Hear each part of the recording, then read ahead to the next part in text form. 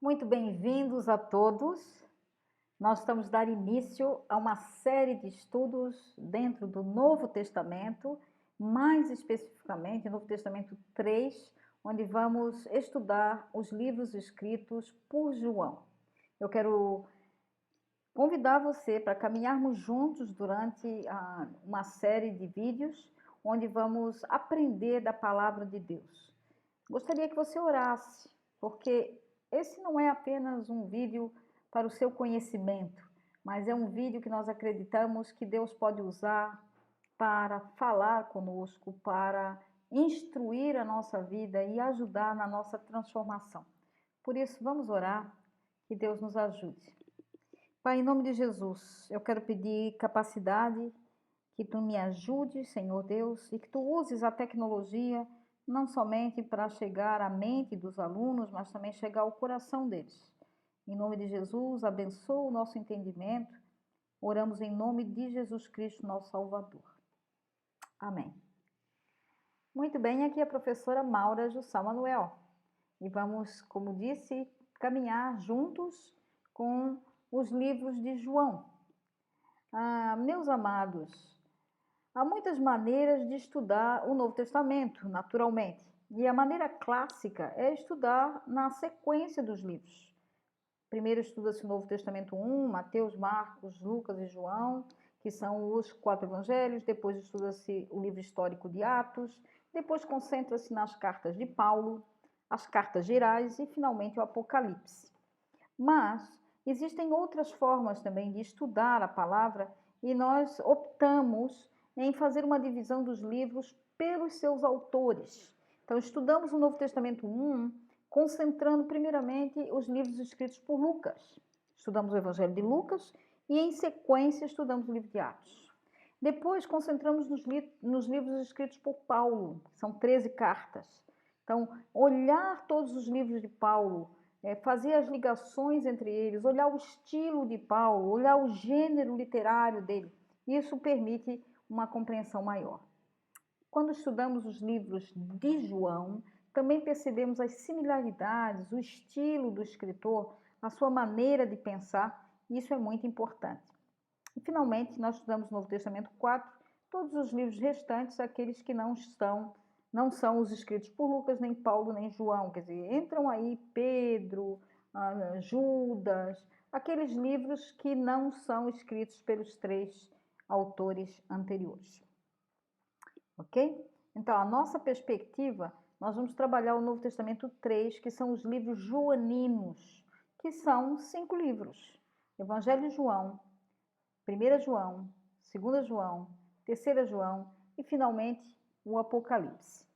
Então, nossa caminhada vai dar nessa primeira aula uma visão geral sobre o autor, sobre o contexto histórico e cultural da época, e já no final da aula nós vamos começar com informações sobre o livro de João, Evangelho de João, que é o primeiro livro do grupo dos 5. Quem era João? Um dos grandes problemas de alguns estudantes da Bíblia é que às vezes confundem os nomes semelhantes. Por exemplo, existe mais de um Tiago na Bíblia. Existe também mais de um Judas na Bíblia. E muitas vezes as pessoas confundem os personagens. João também não era único. Nós temos João, discípulo amado, pescador, discípulo de Jesus. Mas nós temos também João Marcos, que aparece no livro de Atos. Nós temos, por exemplo, João o Batista, que é aquele que batiza, aquele que batizou Jesus. Então, há mais que um João. Então, temos que saber muito bem de quem estamos a falar. Quando nós falamos de João, autor desses 5 livros, nós estamos a falar que é aquele irmão de Tiago, filho de Zebedeu, aquele que era pescador. O texto, você pode acompanhar na sua Bíblia, por favor, está no Mateus capítulo 4. Se você ler a partir dos versos 18, você percebe que Jesus, a princípio, encontra Pedro e André, que também eram pescadores. No verso 18 diz que eles estavam a trabalhar e Jesus os chama para serem pescadores de homens.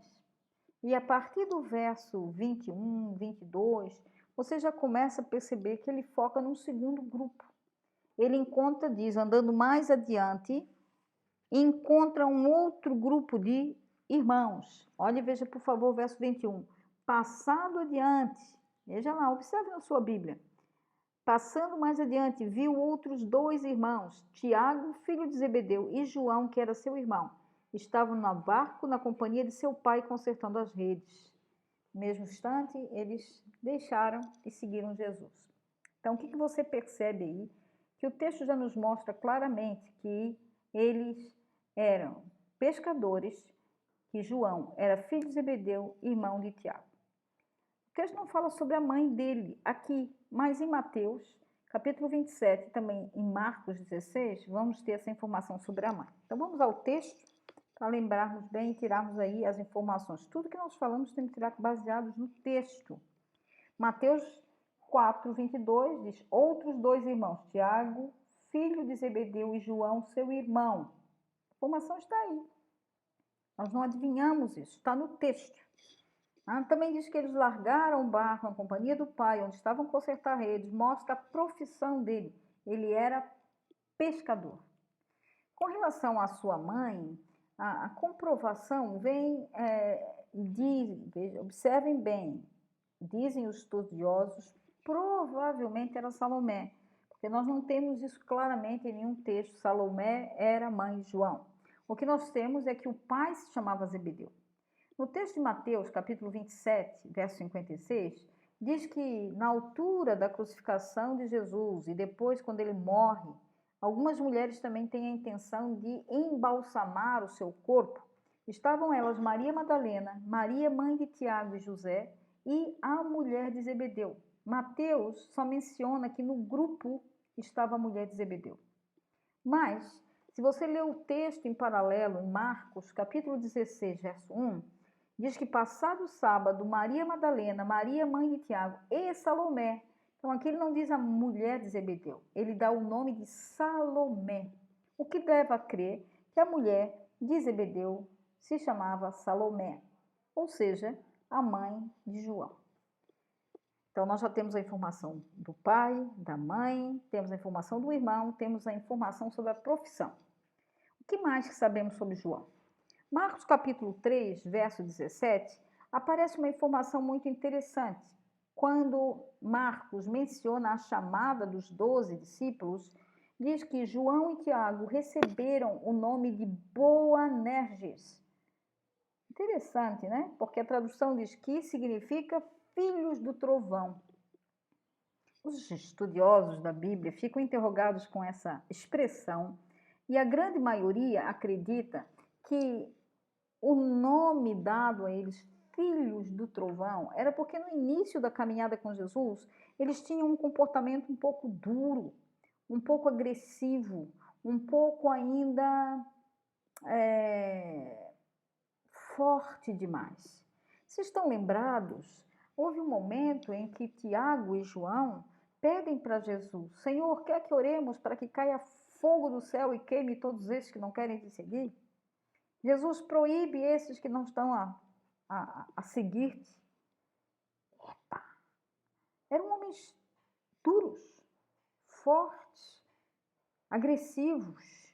Eram homens, talvez, que semelhantes ao trovão fazem barulho, metem medo. Mas é interessante observar que João, ao longo da sua caminhada com Jesus, ele recebe um novo nome. Ele passa a ser chamado como o discípulo amado, ou o discípulo a quem Jesus amava, ou o discípulo do amor. De filho do trovão, ele passa a ser chamado discípulo amado. O que é interessante que mostra que quando se caminha com Jesus, há uma transformação de vida, uma mudança. João sofreu uma mudança. E todos nós, quando caminhamos com Jesus, precisamos mudar. Um outro fato interessante da vida de João é que no meio dos 12 discípulos, porque eram vários discípulos que Jesus tinha, aquele grupo de 12, ele tinha 3 pessoas que eram mais íntimas dele: Pedro, Tiago e João. Você vai observar isso quando, em momentos muito importantes da vida de Jesus, ele chama esses 3 para andarem com ele.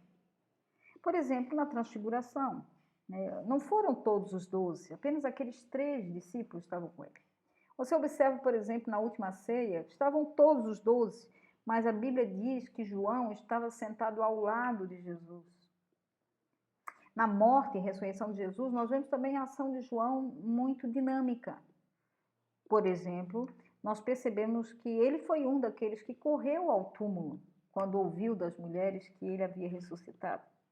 Jesus também, no momento da crucificação, olhando a angústia da sua mãe, como mulher, como pessoa, como ser humano, vendo seu filho sofrer daquela maneira, ele confia Maria a João. Diz aqui, está aí a sua mãe, cuida dela. E olha para João e diz, olha, está aí teu filho. Então, há um pedido de Jesus para que eles se cuidem mutuamente, porque eram duas pessoas chegadas a Jesus e certamente sofreriam com a sua ausência física. Então, essas são algumas informações acerca de João. Uma coisa que também temos que perceber, antes de entrarmos no conteúdo dos livros, é o contexto histórico, social e até geográfico. Porque quando os livros são escritos, eles são escritos dentro de uma geografia, dentro de um local específico. São escritos também dentro de um momento histórico. E há uma cultura naquele lugar. O que nós percebemos é que na altura dos livros de João, havia uma exigência do culto ao imperador. Havia um tempo de perseguição e morte aos cristãos. Então, foi mais ou menos pelo ano 86 que o primeiro imperador romano começou a ser chamado oficialmente de Deus e Senhor. Então, eles mandavam fazer estátuas suas e o povo, os homens, tinham que se curvar diante daquela estátua, tinham que adorar. O próprio palácio era considerado um santuário. Então, é muito importante perceber que era nesse contexto que João escreveu. Se você observar historicamente, houve momentos de perseguição logo no início da igreja, no ano 47 até o ano 56, e isso foi num crescente. Mudava o nome dos imperadores, Tibério, Calígula, Cláudio, Nero, Domiciano, mas a ênfase à perseguição era grande por causa desse culto ao imperador. Você vai observar, por exemplo, quando Nero mandou incendiar Roma, lá pelo ano 64, a destruição do templo de Jerusalém, tudo isso mostra um crescente. Você vê quando Domiciano tornou-se imperador, ele vai criar um grande choque com João a ponto de mandar exilá-lo na ilha de Patmos. Então, era esse o contexto. Então, agora, vamos pensar um pouco daqui para frente, especificamente no Evangelho de João. Nas próximas 5 aulas, é isso que vamos fazer. Focar no conteúdo de João. Primeira pergunta que vem à mente das pessoas é por que 4 evangelhos? Não era necessário um só? Na verdade, cada um dos evangelhos tinha uma ênfase diferente. Cada um dos evangelhos tinha destinatários diferentes. Então, cada um deles, na verdade, se complementa. Eles não se chocam, eles se encaixam. O Marcos, por exemplo, foi escrito por romanos. Ao passo que Mateus, a preocupação dele era alcançar os judeus, tanto cristãos como não cristãos. Lucas, como nós vimos, ele recebe um pedido de Teófilo, lembram disso? Lá no início da carta de Lucas, do Evangelho de Lucas, assim como o livro de Atos, ele diz que conforme o teu pedido, ó Teófilo. Teófilo era um grego, então ele escreve para os gregos. João já não quer alcançar um grupo específico, ele quer alcançar toda a igreja. Também nós podemos observar que as ênfases dos livros são diferentes. Marcos é um livro cheio de milagres. Mateus, por exemplo, já está mais preocupado com os sermões, é o único que vem o Sermão do Monte nos detalhes, ele leva vários capítulos com os discursos, os ensinos de Jesus. Também nós podemos observar que Lucas é rico em parábolas. E João? João está preocupado com os ensinos de Jesus. Então, há algumas singularidades, percebemos, né? Ao passo que os outros livros têm tantas curas, tantos milagres, João destaca muito mais os discursos e os ensinos de Jesus. Os milagres são muitos, mas ele só seleciona 7. E é muito interessante também que, comparativamente com os demais livros, que só falam de uma única Páscoa, ao ler o livro de João, você vai ver ele mencionando 3 festas da Páscoa, o que mostra que o ministério de Jesus durou pelo menos 3 anos. Então, isso nos dá uma perspectiva histórica muito interessante. Também, uma característica interessante do livro de João é que ele tem uma ênfase às expressões eu sou. Nós vamos ver isso mais para frente, mas ele usou várias vezes essa expressão. Eu sou a videira verdadeira, eu sou o bom pastor. Então, como ele preocupou-se com os discursos e os ensinos de Jesus, o livro de João é rico na expressão eu sou. Então, o que nós podemos observar é que dentro do próprio livro de João, nós vamos encontrar um objetivo. Abra sua Bíblia, por favor, no João, capítulo 20, os versos 30 a 31. Esse texto nos deixa bem claros qual era o objetivo do livro. Diz assim: na verdade, fez Jesus diante dos discípulos muitos outros sinais que não estão escritos neste livro. Estão noutros, né? Neste aqui de João, não foram escritos. Mas não é que Jesus não fez, é que esses foram selecionados. Estes, porém, foram registrados para que creias que Jesus é o Cristo, o Filho de Deus, e crendo nele, tenham vida no seu nome. Olha o que ele está a dizer aqui. Jesus fez muito mais coisa, fez muito mais milagres, mas João vai se concentrar em selecionar poucos. Na verdade, são 7 sinais que ele escolhe.